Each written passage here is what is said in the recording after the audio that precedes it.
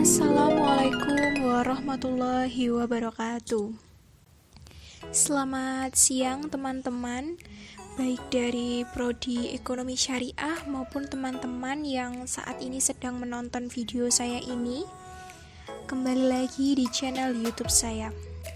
Di video kali ini saya akan memberikan pemaparan materi sebagai tugas pemenuhan mata kuliah saya, yaitu materi ekonomi makro Islam yang akan membahas tentang keseimbangan ISLM dengan pendekatan ekonomi Islam.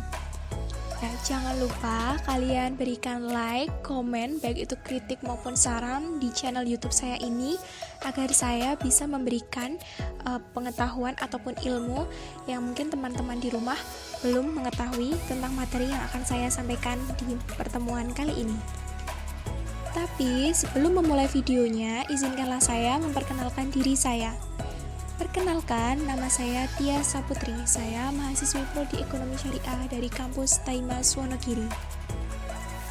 Di materi kali ini kita akan membahas 4 pokok pembahasan. Yang pertama, keseimbangan kurva ISLM yang mencakup tentang A. Keseimbangan pasar barang dan kurva IS. B. Keseimbangan pasar uang dan kurva LM. C. Keseimbangan pasar kurva ISLM. Poin yang kedua adalah dampak kebijakan pada keseimbangan ISLM, baik itu dampak fiskal maupun dampak moneter. Yang ketiga, kita akan membahas mengenai keseimbangan pasar barang dan pasar uang dalam perspektif Islam. Jadi dalam materi ekonomi makro Islam sendiri, baik teman-teman Prodi ES atau teman-teman yang saat ini ada di rumah, tentunya sudah tidak asing dengan istilah yang namanya ISLM. Tapi, apa kalian tahu apa itu makna dari ISLM? Kurva IS adalah kurva yang menunjukkan hubungan negatif antara nilai ekuilibrium dari output agregat atau pemasukan dan tingkat suku bunga di pasar barang. Sedangkan untuk kurva LM adalah kurva yang menunjukkan hubungan positif antara nilai ekuilibrium dari tingkat suku bunga dan output agregat atau pemasukan di pasar uang. Dari kurva IS ini biasanya menunjukkan hubungan negatif ya, yang ada di pasar barang. Seperti itu. Untuk kurva LM ini biasanya menunjukkan hubungan positif yang biasanya terjadi di pasar uang. Teman-teman bisa lihat dari gambar yang saya sajikan di layar, ada 2 garis, yang satu berwarna hijau tua, ini adalah garis LM, sedangkan yang kuning tua ini adalah garis IS. Nah, titik perpotongan antara kurva IS yang kuning ya, kuning tua, dan kurva LM garis berwarna hijau tua adalah titik di mana ekuilibrium terjadi di pasar barang dan di pasar uang. Titik yang mengarah ke bawah ada agregat output atau income, sedangkan untuk yang titik di samping kiri ya, samping kiri ini ada interest rate. Sekarang kita masuk ke pokok pembahasan yang A, ada keseimbangan pasar barang dan kurva IS. Dalam kehidupan sehari-hari tentunya kita banyak sekali melakukan yang namanya transaksi, baik itu transaksi barang atau jasa. Nah, jadi didefinisikan bahwa pasar barang adalah pasar di mana semua barang dan jasa yang diproduksi oleh suatu negara dan dalam jangka waktu tertentu. Dalam pasar barang ada juga istilah permintaan dan juga penawaran. Permintaan dalam pasar barang merupakan agregasi dari semua permintaan akan barang dan jasa di dalam negeri. Sementara yang menjadi penawarannya adalah semua barang dan jasa yang diproduksi dalam negeri. Di sini ada rumusnya. Ada Z sama dengan C ditambah I ditambah G.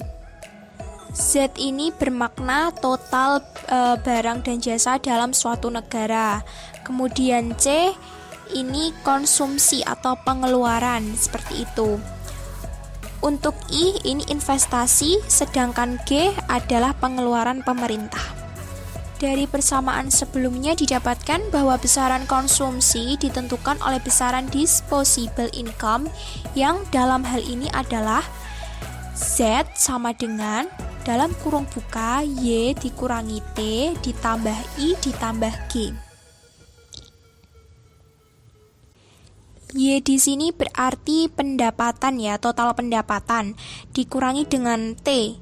T ini adalah pajak. Poin B adalah keseimbangan pasar uang dan kurva LM. Apa itu pasar uang? Pasar uang merupakan suatu tempat di mana terjadi transaksi keuangan. Sama halnya dengan pasar lainnya, keseimbangan akan tercapai pada jumlah permintaan uang di pasar dengan jumlah penawarannya. Nah, teman-teman di sini bisa melihat rumus yang saya berikan. M ini adalah besarnya permintaan uang sama dengan YL. YL ini adalah pendapatan suku bunga, seperti itu. Nah, berdasarkan hubungan yang dinyatakan bahwa kenaikan pendapatan akan meningkatkan permintaan uang nominal, sedangkan kenaikan suku bunga akan menurunkan permintaan uang. Nah, jika ditulis dalam bentuk real, ini ada rumusnya M garis miring P sama dengan YL.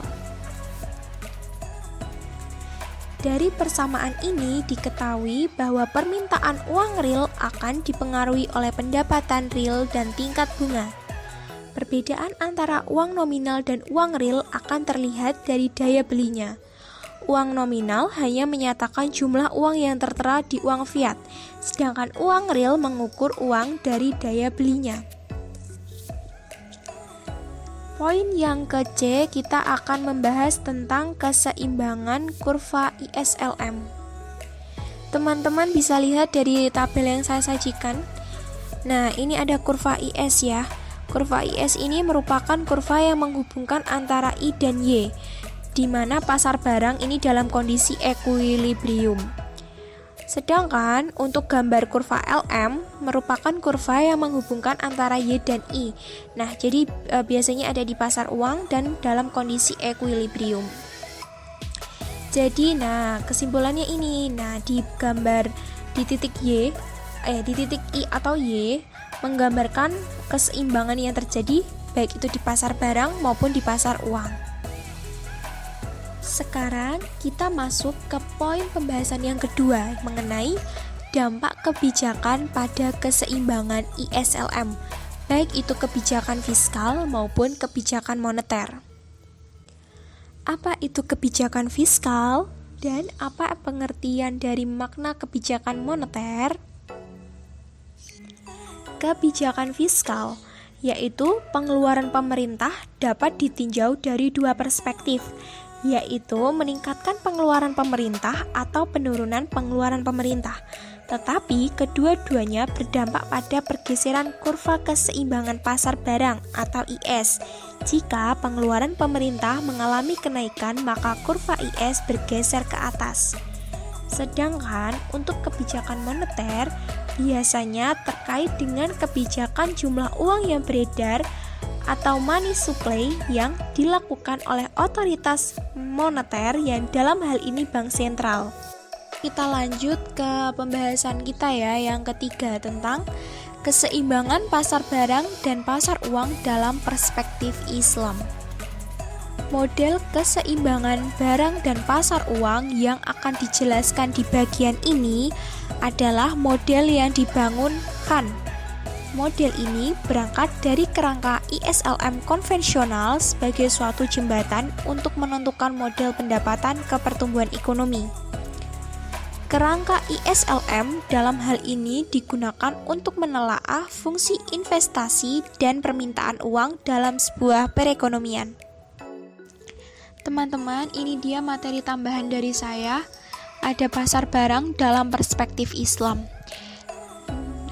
Jika di pasar barang dalam pemikiran konvensional, ada komponen-komponen penyusunnya seperti dilambangkan dengan huruf C, ini konsumsi, kemudian G ini pengeluaran pemerintah, sedangkan untuk I ada investasi. Nah, Jika ciri khas dari pasar dalam sistem konvensional ini kan kehadiran instrumen suku bunga yang menjadi faktor penentu besaran investasi di masyarakat. Hal ini tentunya akan bertentangan dengan konsep perekonomian dalam Islam yang memang mengharamkan suku bunga karena suku bunga sama dengan riba. Sehingga dalam Islam suku bunga diganti dengan ekonomi bagi hasil. Besaran bagi hasil akan menjadi daya tarik bagi investor untuk melakukan investasi. Semakin besar bagian bagi hasil yang diterima oleh investor, idealnya akan meningkatkan motivasi bagi investor untuk semakin banyak melakukan investasi. Demikian dengan return, semakin besar profit dalam suatu investasi, maka akan tingkat bagi hasilnya akan semakin tinggi.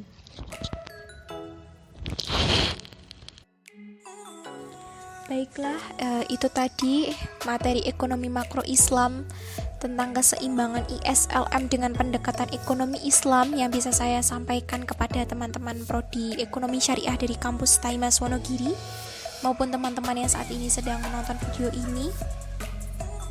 Semoga dengan pemaparan yang bisa saya berikan bisa bermanfaat, bisa menambah pemahaman kalian, dan juga bisa memberikan pengetahuan yang luas ya, sehingga bisa diterapkan dalam kehidupan sehari-hari.